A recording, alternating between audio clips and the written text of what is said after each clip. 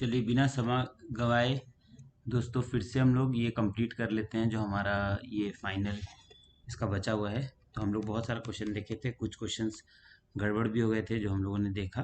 Question number 30 को जो set सी का है यूपीएससी ने डिस्कार्ड कर दिया है।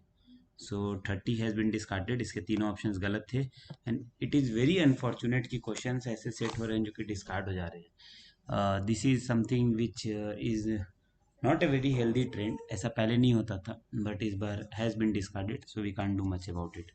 Late us come to 31। 31 में देखिए, सबसे पहले क्वेश्चन पढ़ने से भी पहले 5 ऑप्शन है, आपको बताया 5 में से 3 वाला सही होता है। सबसे पहले 1 और 2 और 4 और 5 काट दीजिए। ठीक है, अब देखिए रूल को शिद्दत से अप्लाई कीजिए अगर कर रहे हैं तो। ठीक है, अब देखिए कि क्या पूछा है। सवाना सवाना पूछा है तो सबसे इम्पोर्टेंट है कि भाई सवाना में कौन सी चीज़ें हैं जिसके कारण चेक्स होता है, मतलब ग्रासलैंड स्मॉल ट्रीज डेवलपमेंट इस तरह से क्यों होता है। तो इसका एक बहुत इंपॉर्टेंट कारण है जो सवाना में होता है कि हर्बीवोर जो ग्रेस करते हैं वो तो इम्पोर्टेंट होता ही है, जो कि खाते हैं। फायर वहाँ बहुत लगता है, ड्यू टू फायर आप देखेंगे कि बहुत बार चीज़ें ग्रो नहीं करती हैं। तो इसमें आंसर हो जाएगा 2, 3 and 4। I think 2 option eliminate करने के बाद भी थोड़ा सॉइल प्रॉपर्टीज और सीजनल रेनफॉल में लोग कंफ्यूज कर गए थे। फायर को बहुत कम लोगों ने ठीक किया था। तो ये एग्जाम टाइम में डिफिकल्ट था, लेकिन 2 ऑप्शन तक तो एलिमिनेट कर सकते थे। हम लोग यही एक्सपेक्ट कर रहे हैं कि 2 ऑप्शन तक एलिमिनेट हो। अगला आते हैं with reference to water on planet Earth. Geography का क्वेश्चन है, सिंपल सा कि क्या amount of water in the rivers, amount of water जो रिवर्स में है, क्या amount of waters in the rivers is more than that of the ground water. तो नहीं भाई, ग्राउंड वाटर तो बहुत ज़्यादा है रिवर्स, ये तो गलत है, ये हम लोग जानते हैं। And amount of water in polar cap glacier में ज़्यादा है ग्राउंड वाटर से, ये तो सही बात है। तो ये क्वेश्चन हम लोग पढ़ते भी हैं और ये कॉमन अंडरस्टैंडिंग से भी क्रिएट होता है। आप सोचिए भी कि पोलर और ग्लेशियर्स के जो आइस में बहुत सारा पानी है जिसके मेल्ट होने का खतरा बार बार बताया जाता है, और ग्राउंड वाटर ही है जिसके कारण हमारा रेगुलर चल रहा है। ठीक है, अब ये अगला क्वेश्चन में आते हैं। ड्रम स्टिक के बारे में था, बहुत ज़्यादा मुझे भी जानकारी नहीं, लेकिन 5 ऑप्शन देखते ही वैसे सारे ऑप्शंस को मैं कट कर दूंगा जिसमें 3 नहीं है। तो हमारे 2 ही ऑप्शन बचे जो कि अब सही हो सकते हैं, ये दोनों कट हो गए ऑलरेडी। अब देखिए सबसे ईजी है, seeds of moringa and tamarind can be used. Can be used हमेशा सही भी होगा, ये आपको पता ही है। 5 एक ही में बचा, आंसर आ गया। तो दिमाग ही नहीं लगाना है कि एंडेमिक है कि नहीं है, क्यों है। कई बार क्या होता है कि हम लोग बहुत सारा चीज़ पे अननेसेसरली थॉट प्रोसेस वेस्ट कर रहे हैं आजकल, कि ये क्या है, क्यों है, मोस्ट ऑफ ये प्रोड्यूस हो रहा है कि नहीं। आप देखिए कितना आसानी से इसका आंसर आया। अब लोग कहेंगे कि नहीं रूल नहीं अप्लाई हो रहा है, गेस मास्टर गिरी है। कहाँ गेस मास्टर गिरी है, कहाँ रूल अप्लाई नहीं हो रहा है, बताइए। ये तो perfect culmination of rule working excellently to give you the best results है। मैं तो यही यकीन करता हूँ और उस पर पूरा शिद्दत से फॉलो करता हूँ इस चीज़ को।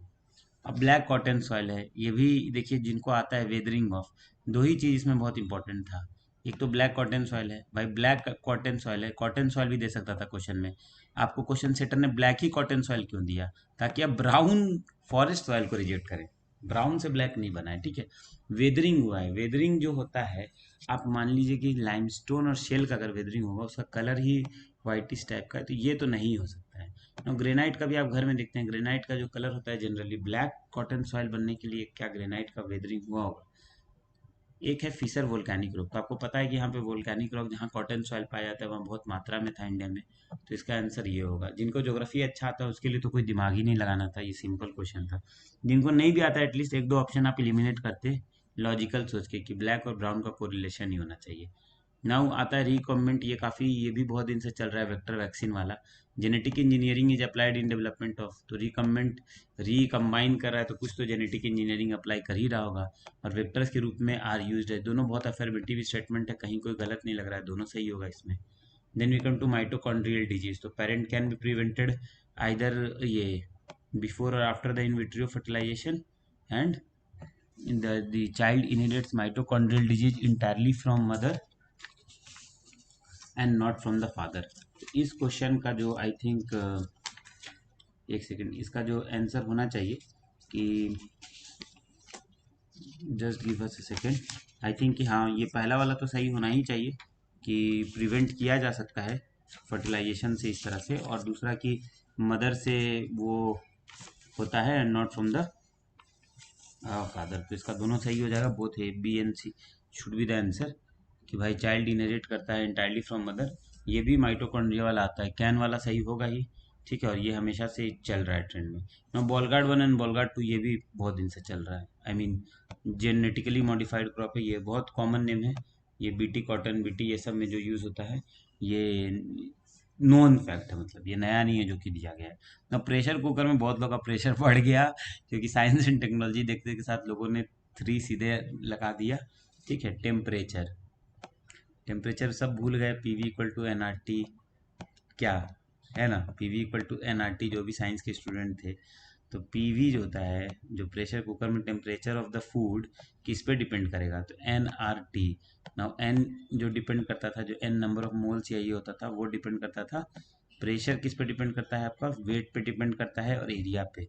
प्रेशर इक्वल टू क्या होता है, वेट बाई एरिया, तो W by A is the pressure, है कि नहीं। तो ये तो होगा ही, वेट और एरिया दोनों सही था लीड का। अब टेम्परेचर ऑफ द फ्लेम से तो इंडिपेंडेंट है ये, आप क्या टेम्परेचर ऑफ द फ्लेम दे रहे हैं उससे इसका कोई फर्क नहीं पड़ता है। तो इसका आंसर हो जाएगा सी। ये अनफॉर्चुनेटली जो आपका रूल्स के खिलाफ है।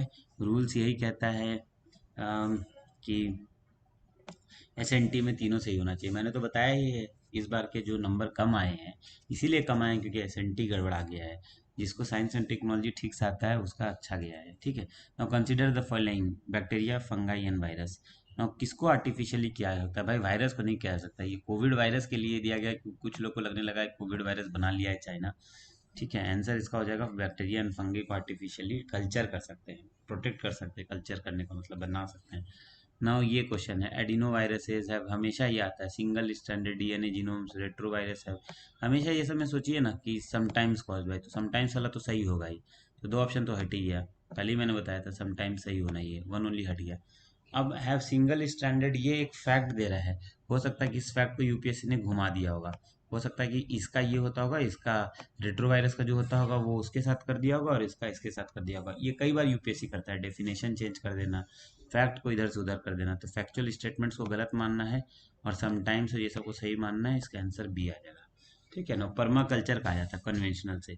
इसमें एक ही ऑप्शन बहुत सिंपल सा था कि भाई पर्मा कल्चर एक नया है जो मोनोकल्चर को डिस्करेज कर रहा है, जो कि कन्वेंशनल में था। तो ये सही ऑप्शन है, कन्वेंशनल में सॉलिनिटी बढ़ेगा, मतलब पर्माकल्चर हर तरह से अच्छा है, तो ये भी सही है ना। Conventional can easily processable, semi arid में कन्वेंशनल चल रहा है और पर्माकल्चर नहीं चल रहा है, ऐसा हो सकता है क्या।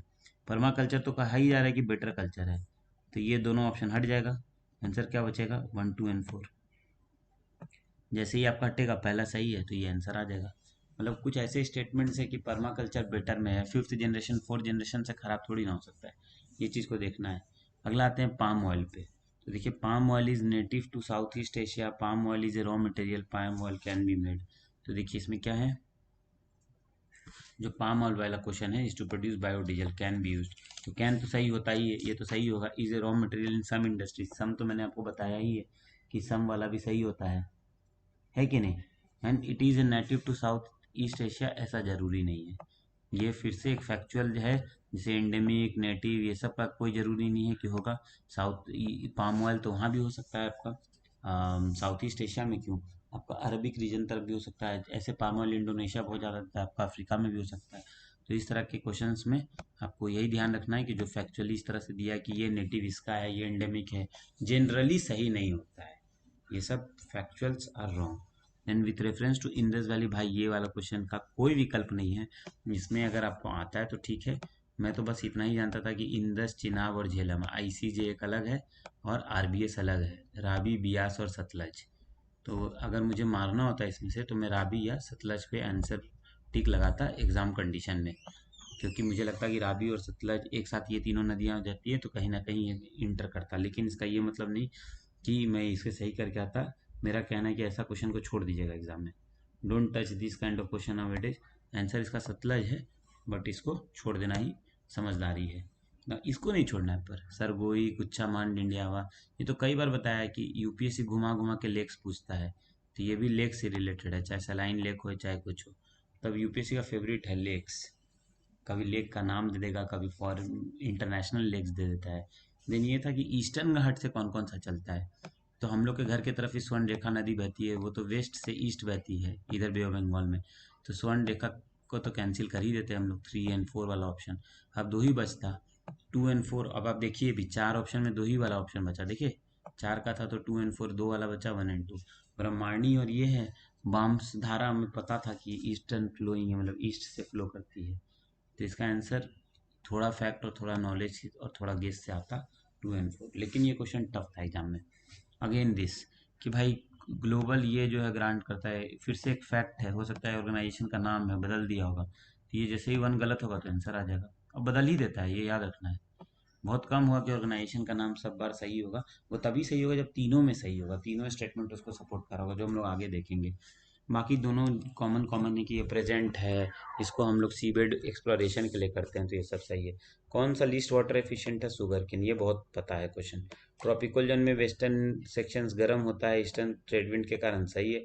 टेम्परेट में वेस्टर्लीज में करता है ईस्टर्न को वार्मर देन द वेस्टर्न, दोनों सही है।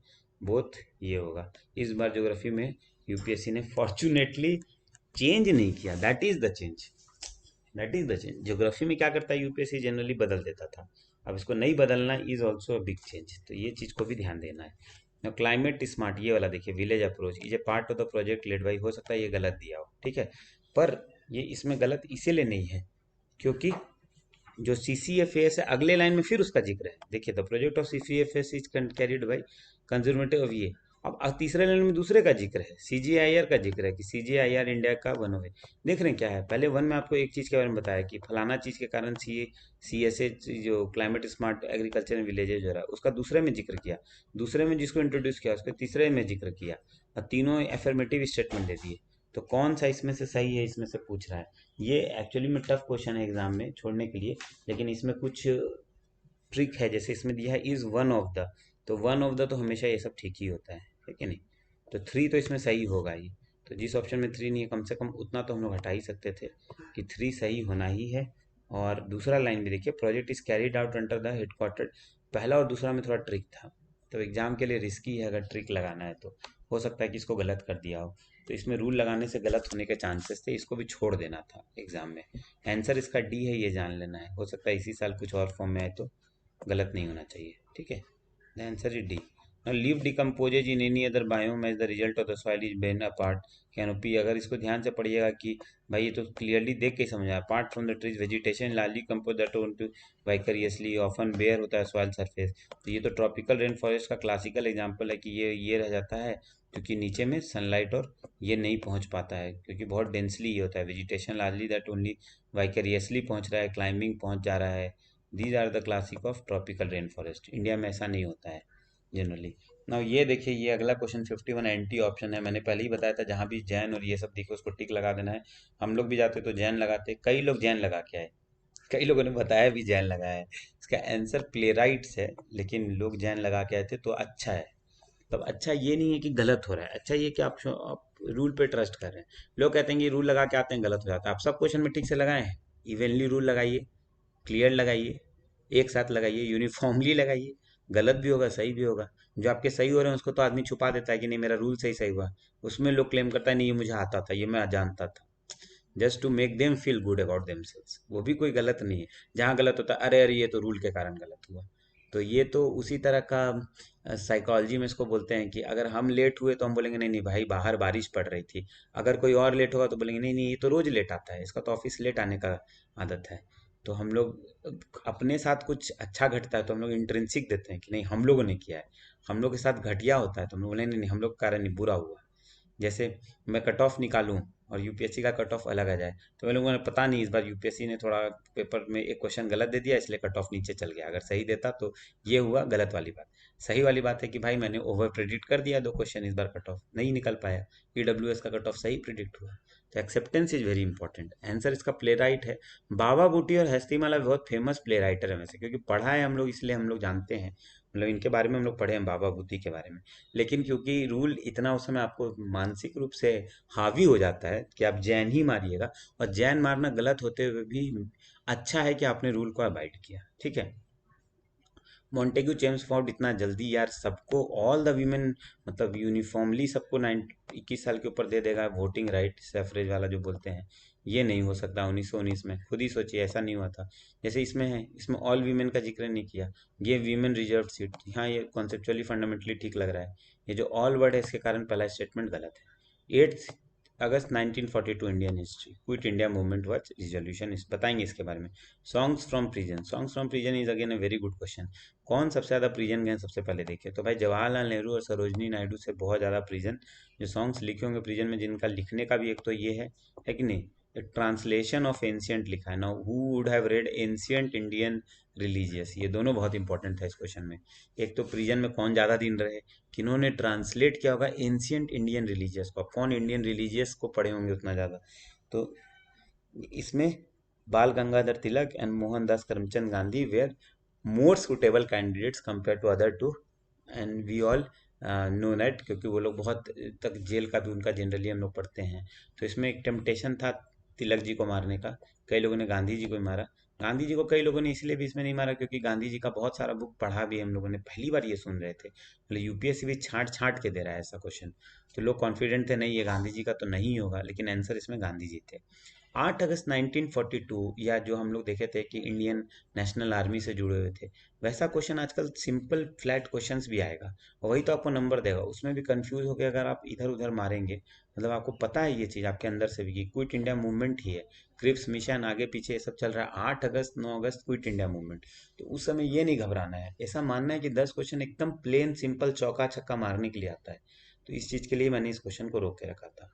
ओवरऑल पेपर हमने कंप्लीट कर दिया है। इस पेपर के डिस्कशन के बाद 4-5 चीज़ें जो उभर के आती हैं वो है, नंबर 1, आप कितने क्वेश्चन अटेम्प्ट करें 90 के आसपास आज के परिवेश में। दूसरा, जिसमें से 10 से 12 क्वेश्चन एकदम फ्लैट होंगे, उसमें आप पूरा भरोसा रखें, उसमें कंफ्यूज नहीं करें। अगला जो होंगे 20 क्वेश्चन वो सॉल्वेबल आसानी से होंगे, तो 30 क्वेश्चन आपका बन जाएगा, ठीक है, इसमें दिक्कत नहीं होगा। अगला जो 30 के बाद 40 होगा उसमें भयानक स्ट्रगल होगा, मतलब स्ट्रगल होगा इन द सेंस 50-50 तक पहुंचेंगे। कोशिश करिए कि इसमें से 20 क्वेश्चन तुक्का जो रूल है, अभी तक इसमें रूल काम करेगा इस 40 क्वेश्चन में, तो इसमें से कम सही करिए तो आपको 50 सही हो गया। अगला जो 20 क्वेश्चन होगा वो डिफिकल्ट रूल वाला होगा, इसमें आपको कोशिश करना है कि 8 क्वेश्चन सही हो जाए तो बहुत अच्छा हो, और 10 क्वेश्चन जो होगा वो बहुत मुश्किल होगा, उस 10 क्वेश्चन को आपको छोड़ देना है।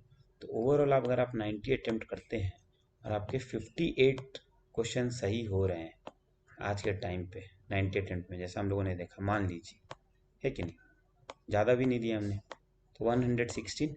आपके जो गलत हो रहे हैं वो कितने हो रहे हैं 32। अगर हम 32 का 2/3 घटाते हैं तो 64/3, मतलब तकरीबन 21 मार्क्स के आसपास जा रहे हैं। मतलब 95 के आसपास अगर आप ऐसे क्वेश्चंस में इस क्वेश्चन में ला रहे हैं, you should be more than happy to have clear the exam. अब देखिए यही चीज़ क्या होगी, अगर क्वेश्चन आसान होगा तो ये 20 जो है ये आपका 25 बन जाएगा। तो यही चीज़ को आपको मेंटेन करना है। ये जो अपने 60 क्वेश्चन में रूल्स लगाया है, इस 60 में से कम आपको कोशिश करनी है कि 30 से ऊपर 35 तक सही हो। अगर इन 30-35 में आप एक्यूरेसी लेते आते हैं, निश्चित तौर पर आपका एग्ज़ाम निकल जाएगा। यही हम लोग आपसे उम्मीद करेंगे। नेक्स्ट वीडियो में हम लोग डिस्कस करेंगे कि पेपर को कैसे देखना है, सी सेट का और जो जो बाकी है। Thank you so much for all the love and support. Positive mindset के साथ एग्जाम में बैठना जरूरी है, और पॉजिटिव माइंडसेट अभी अगले 2 दिन तक रखिए। कोई क्या बोलता है उससे फर्क नहीं पड़ता है, क्या आपको अच्छा लगता है, क्या समझ में आता है, क्या सही है आपके लिए, क्या सही है, that is very very important. Leave negative people behind, otherwise those negativities you will carry in the examination. हमेशा सोच के जाइए वहाँ पे डरने नहीं गए हैं, लड़ने गए हैं। जैसे कि अभी एक नया फिल्म आ रहा है मेजर का, कि जान दूंगा देश नहीं, उसी तरह से वहाँ पे जाना है कि एग्ज़ाम दूंगा, रिजल्ट निकाल के ही रहूँगा। ठीक है, थैंक यू सो मच।